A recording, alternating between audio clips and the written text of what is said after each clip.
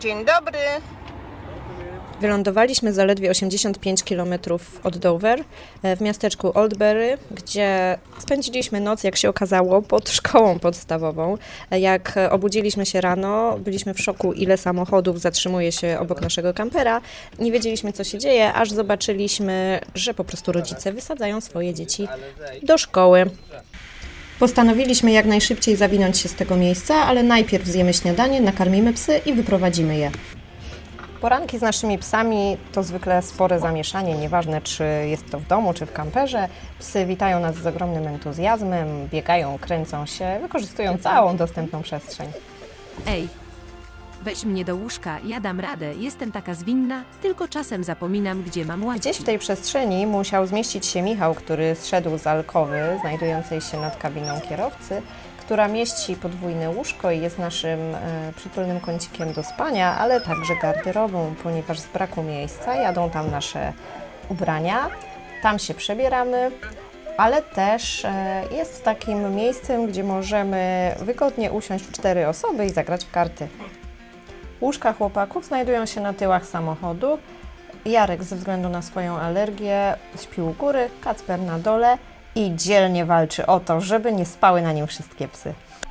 Musimy już kierować się oddalonego o 4 godziny stąd Birmingham, ale po drodze zatrzymamy się w Paxton Hills na trekking z psami. No co za pierdoła? Naprawdę niełatwym dniu i nocy. Zaczynamy wreszcie jakiś trekking i to chyba będzie bardzo morderczy. Chłopaki jeszcze się szykują z psami. Nie wiem, czy widzicie Barona za kierownicą. Jest i Baron za kierownicą, już tam gada, słyszę, widzę. No, a ja tu już szykuję się na tą walkę o przetrwanie, bo to na pewno nie będzie łatwy spacer z fery nakręconą na owieczki i szalonym szczeniaczkiem. Na horyzoncie widzę już Kacpra z Ingrid Glow i Blackiem. Czekam w oddaleniu, aby moje gotowe już do drogi psy nie nakręcały dodatkowo tych, które jeszcze są ubierane i rozdzielane między chłopaków. I wyłania się kolejny team. Jarek z Sun, Astrid i Brokiem. Chyba postanowił pozbawić nas nóg. Ogień, ogień. Harry, nie! Psy jako gatunek stadny nie lubią zostawać z tyłu, zwłaszcza psy zaprzęgowe. A jeśli są to psy z doświadczeniem w bieganiu w zaprzęgu, spróbuj ustać na nogach, kiedy ktoś Ci je pobudzi. I zmierza Michał z Baronem, Barłem i Rosji. Kilkukrotnie umawialiśmy się, że będzie to spacer. Chyba ty. Niestety psy są tak nakręcone i tak były znudzone drogą i siedzeniem w kamperze, że nadały spacerowi tempo biegowe. Chłopaki, Kacper i Jarek, bardzo się temu poddali i my nie mieliśmy już nic do gadania. Dopiero rozładowane nieco z energii psy pozwalają nam zwolnić trochę w marszu pod górę, ale na płaskim i przy zejściach w dół jest to znowu walka o przetrwanie, a musimy zachować jeszcze trochę energii na dojazd do Birmingham. Na nocleg wybraliśmy oddalone o 30 minut drogi od Birmingham pole kempingowe. Czeka nas coś, na co bardzo długo czekaliśmy. Po 7 latach wróciliśmy na największą wystawę psów rasowych, która odbywa się właśnie tam. Niestety plan spokojnego odpoczynku i wyspania się przed wystawą spalił na panewce. Zakopaliśmy się kamperem i będzie nas wyciągał taki oto pojazd.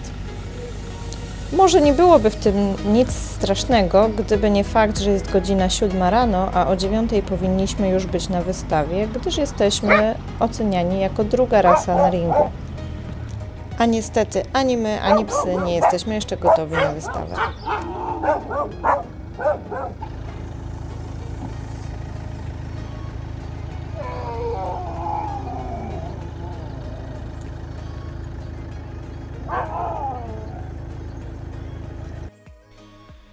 Po uwolnieniu samochodu z błota nie mieliśmy już zbyt wiele czasu na przygotowanie siebie i psów do wystawy. Na miejsce dotarliśmy bez zapasu czasowego. Dystans od samochodu do hali, w której odbywała się ocena naszej rasy, pokonaliśmy szaleńczym biegiem. Wystawiamy 3 elkhundy szare. Bejlę, weterankę i jej 2 córki wyhodowane przez nas. Widzicie właśnie prezentację Bailey w klasie weteran wśród innych suczek, które skończyły już 8 rok życia. Sędzia sprawdził budowę ciała, umięśnienie Bailey oraz osadzenie i skręt ogona, następnie poprosił o pokazanie jej w ruchu po linii prostej i po okręgu. Po obejrzeniu każdej suczki indywidualnie, sędzia zaprosił nas do wspólnego biegu po okręgu, aby porównać ruch psów.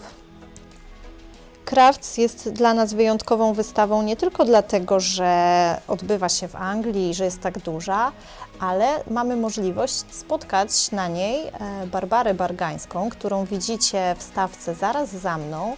Jest to Polka hodująca elkhundy w Anglii już od ponad 30 lat. Hodowla ta nosi przydomek barbelka Norwegian Elkhounds. Każde spotkanie z Basią to niekończące się rozmowy o elkhundach. Jednak miłym zaskoczeniem dla nas już drugi raz podczas wyjazdu do Anglii na wystawę jest to, że wszyscy inni hodowcy są bardzo chętni do powitania, do dzielenia się swoją pasją. I wielu z nich podeszło do nas, aby przywitać się, powiedzieć, jakie mają psy, skąd nas znają, że nas śledzą i było to bardzo miłe. Ku naszej ogromnej radości Bejla uplasowała się na 3. lokacie wśród weteranek. Odprowadzamy właśnie Bejlę na jej miejsce. Na wystawie Crafts psy oczekują w specjalnych boksach, które widzicie tutaj po prawej stronie z zielonymi ściankami. Noszą one nazwę bench i każdy piesek ma tam swój numer startowy i tylko dla niego jest taki bench przeznaczony. Młodsze suczki, Rosie i Astrid, czekają na nas pod opieką Kacpra. Za chwilę będą konkurować w klasie Open. Po prawej stronie widzicie miejsce wyznaczone na toaletę dla psów. Jest ono wysypane piaskiem, na środku stoi palik do podsikiwania dla piesków i tam, ponieważ jest to bardzo duża wystawa, bardzo duża hala, daleko trzeba byłoby iść do wyjścia, psy mogą się załatwić. W klasie Open konkuruje 11 suczek. Ja pokazuję Rosie, a Michał Astrid. W Polsce według systematyki FCI elkhundy zakwalifikowane są do grupy 5, szpice i psy ras pierwotnych. Natomiast w angielskim Kennel Clubie należą do grupy Hounds, czyli psy gończe.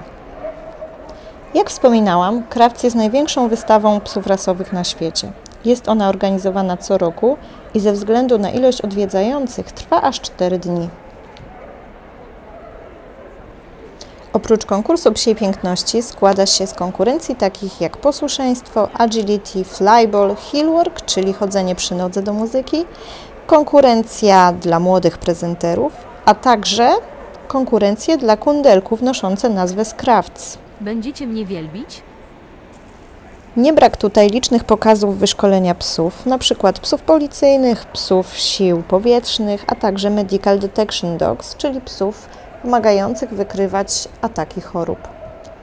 Na ekranie widzicie prezentację Rosie, a następnie Astrid według tego samego schematu, według którego przebiegała prezentacja Bailey. Aby wystąpić na Crafts, trzeba zdobyć kwalifikacje, wygrywając w swojej rasie na wytypowanych wystawach w roku poprzedzającym wystawę lub otrzymać zaproszenie dla psów z tytułem Interchampiona.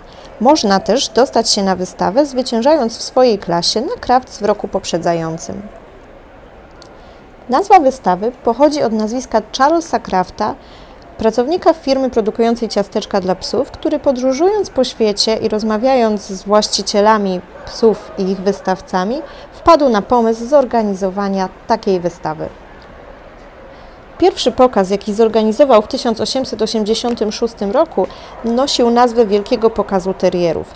Następnie w roku 1891 odbyła się pierwsza, największa wystawa psów rasowych Craftsa.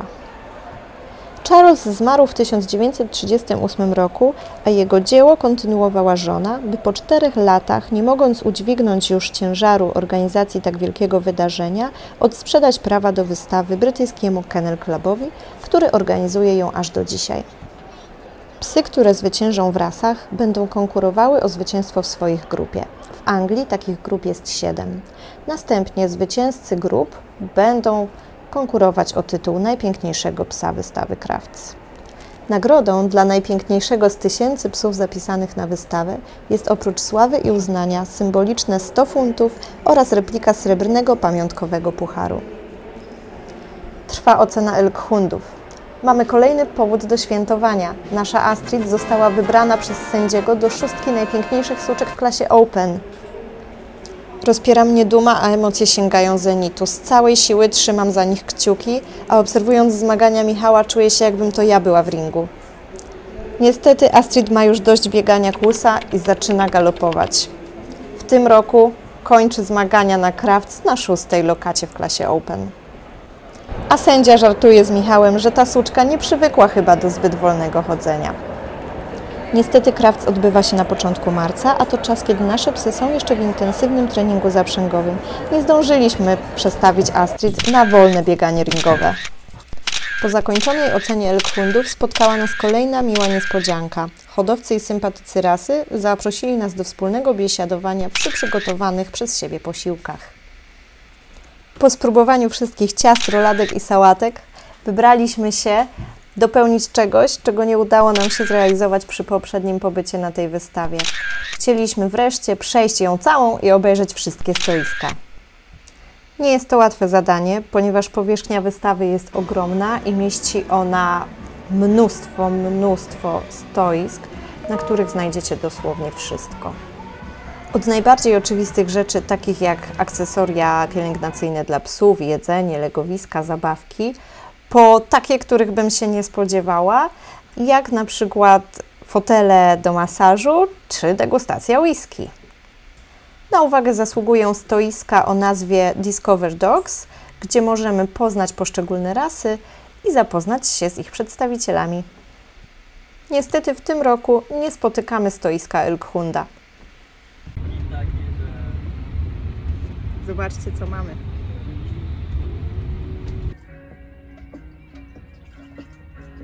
Ani dla Michała, ani dla naszych towarzyszy podróży wystawy psów rasowych nie są na szczycie ulubionych aktywności.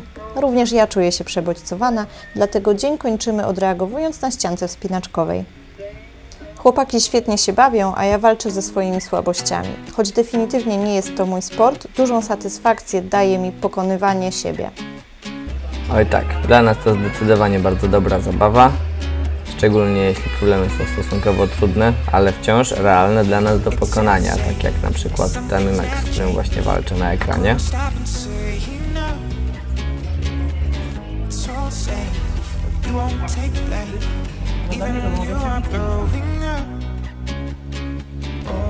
Rozeprzyj się na prawej ścianie, tej dużym tym. O tak, tak.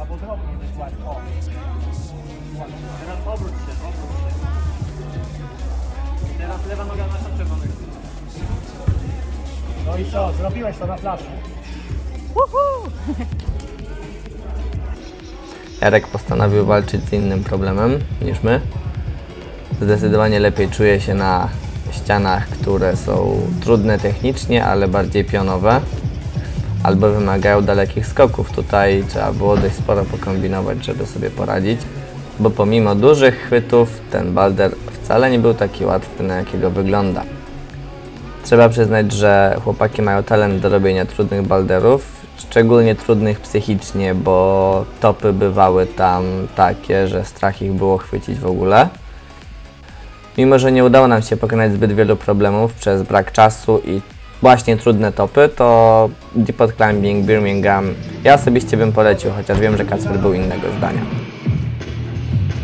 Podchwyt. Musisz się przerzucić na drugą stronę.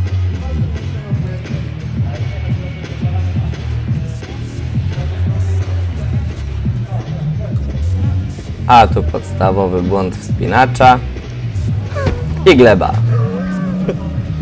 Co się stało? Nie wiem. Ten chwyt wyżej jest zajebisty. To jest mega.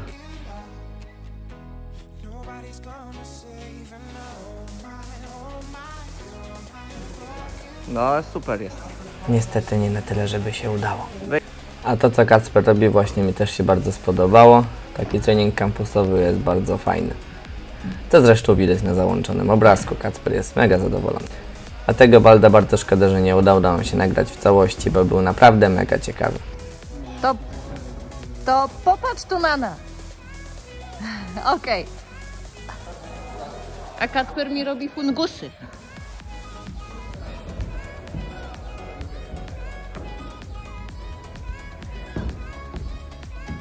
Kacper wygrał z fungusami, a Jaka się pójdzie z kolejnym Pięknie. problemem. Do góry. Lewą ręką do góry, dajesz.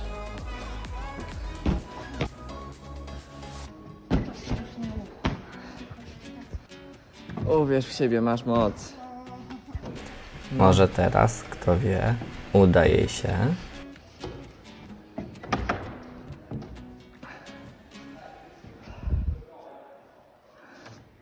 Dobrze.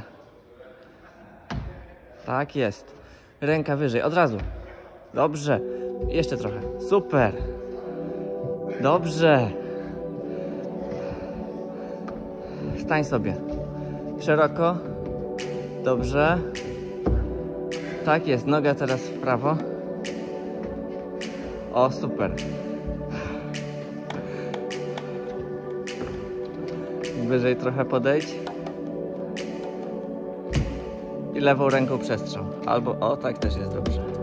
Brawo.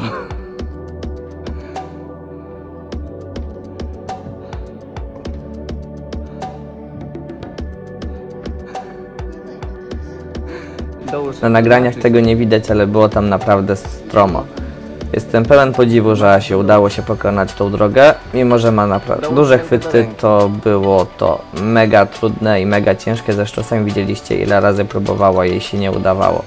Także szapoba. Bądź nogę do nogi. A my oddelegowujemy się do spania, bo jutro czeka nas ciężki dzień. Wybieramy się w góry. Cześć.